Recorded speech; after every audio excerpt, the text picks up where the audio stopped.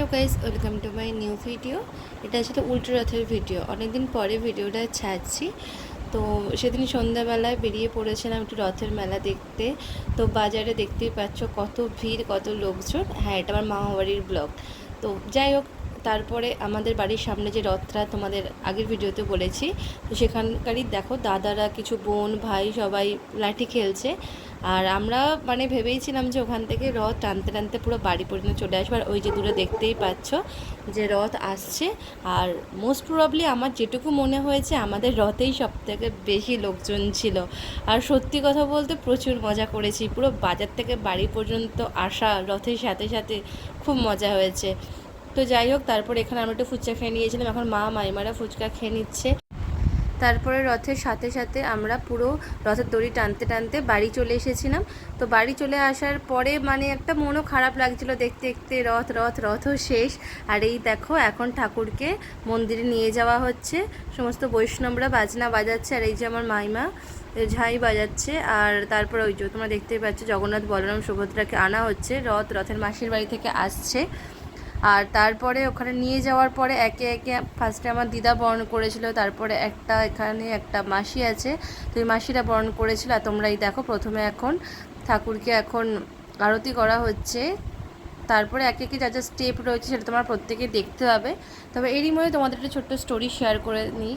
তো রথটায় ছোটো থেকে আমি এটাকেই দেখে এসছি, মানে একদম ছোট যখন মায়ের কাছে শোনা যে মায়েরাও তার ছোটো থেকে এই রথটা দেখে এসছে। মানে এটা বলতে পারো কাকদ্বীপের অনেক বছরের পুরনো, তখন এই মন্দির এত বড় ছিল না, তখন অনেকটা ছোট ছিল। তো তারপরে দাঁড়িয়ে যারা ফার্স্ট করতো, একটা দিদা একটা দাদু ছিল, ওনারা মারা গেছেন। তবে প্রতি বছর সবাই মিলে চাঁদা তুলে মানে মজা করে রথের দিন আসা মানে মনে হয় যারা নিজেদেরই বাড়ির কিছু, কখনো মনে হয় না যে সামনে একটা আশ্রমের পুজো।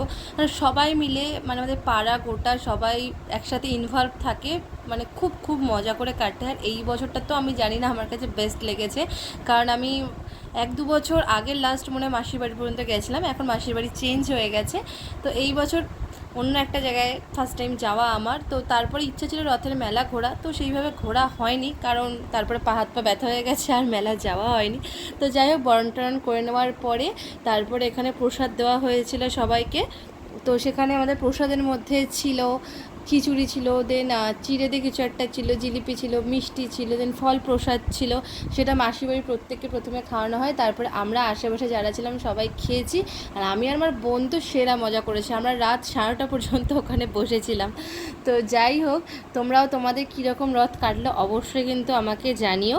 আরও একটা জিনিস, ছোটোবেলায় সত্যি কথা বলতে আমি রথটা সেভাবে কখনো কাটাতে পারিনি, যেই ফেজে ছেলেমেয়েদের মজা করার টাইম ছিল, আমার কিছু পার্সোনাল ইস্যু থাকার কারণে আমি কোনোভাবেই সেটা পাইনি। তো যাই হোক, পরবর্তীকালে মানে রথগুলো আমার জন্য খুবই ভালো কেটেছে, মানে সবার সাথে ফ্যামিলি সবার সাথে খুব মজা করে কাটায় রথের দিনগুলো, খুবই আনন্দে কাটে।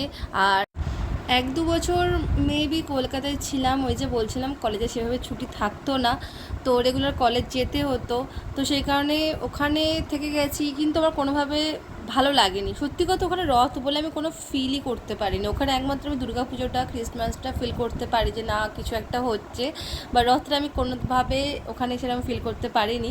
এখানে আসার পর মানে এখানে রথের দিন আসার জন্য খুবই এক্সাইটেড থাকি যে না যাবো, মজা হবে। আর এখানে একটা মনে হয় যে না মেলা হবে, পুজো হবে। এখনও পর্যন্ত দাঁড়িয়ে মানে ছোটোবেলার হয়তো সেই রকমভাবে আনন্দ করতে পারিনি বলে হয়তো এখনও সেই মানে এক্সাইটমেন্টটা আমার মধ্যে থেকে গেছে যে না মজা করব, যাব, মানে সেরা সেরা বলে বোঝানো যাবে না। তো যাই হোক, এভাবে মোটামুটি সারাদিন খুব ভালোভাবে কেটে গেছিলো। তোমরা অনেকে হয়তো ভাবো যে আমি কেন একটা ভিডিও ছিল আবার এতদিন পরে ছাড়ি। প্রতিবারেই ভাবি যে না যাই কিছু হোক আপডেট দেবো, সবাই দেখবে, ভালো লাগে। বাট কি বলো তো, মাঝে মাঝে না মানে হঠাৎ হঠাৎ আমার মুড অফ হয়ে যায়, আমার মুড সুইংটা বেশি হয়। তো সেইভাবে তখন আর মনে হয় না ঠিক আছে পরে করবো, এই করবো ওই করবো, এই ভেবে আর হয় না, সেই কারণেই লেট হয়। তবু আমি চেষ্টা করছি কোনোভাবে যাতে সবসময় ভিডিও দেওয়ার, মানে দেখা যাক কতটা কি করতে পারি, বাট আমি I will try my best, এই আর কি। তো যাই হোক, আমার ভিডিও যদি কিছু ভালো লেগে থাকে অবশ্যই লাইক কমেন্ট শেয়ার সাবস্ক্রাইব করো। আর তোমাদের কীরকম কী ভিডিও চাই বা লাগবে অবশ্যই আমাকে বলো, আমি চেষ্টা করবো সেরকম কিছু তোমাদের সামনে দেওয়ার। তো এই দেখো বরণ টরণ তো হয়ে গেল। আর এবার আমাদের এখানে যে পার্মানেন্ট ঠাকুরমশাই পুজো করেন উনি এখন ঠাকুরকে নিয়ে যাচ্ছেন। ঠাকুরকে যেখানে থাকে সবসময় ঠাকুর সেখানে নিয়ে যাওয়া হচ্ছে। এই যে এখানে এবার এখন ঠাকুরকে রেখে দেবে। এখন ঠাকুরকে বসানো হয়ে গেল।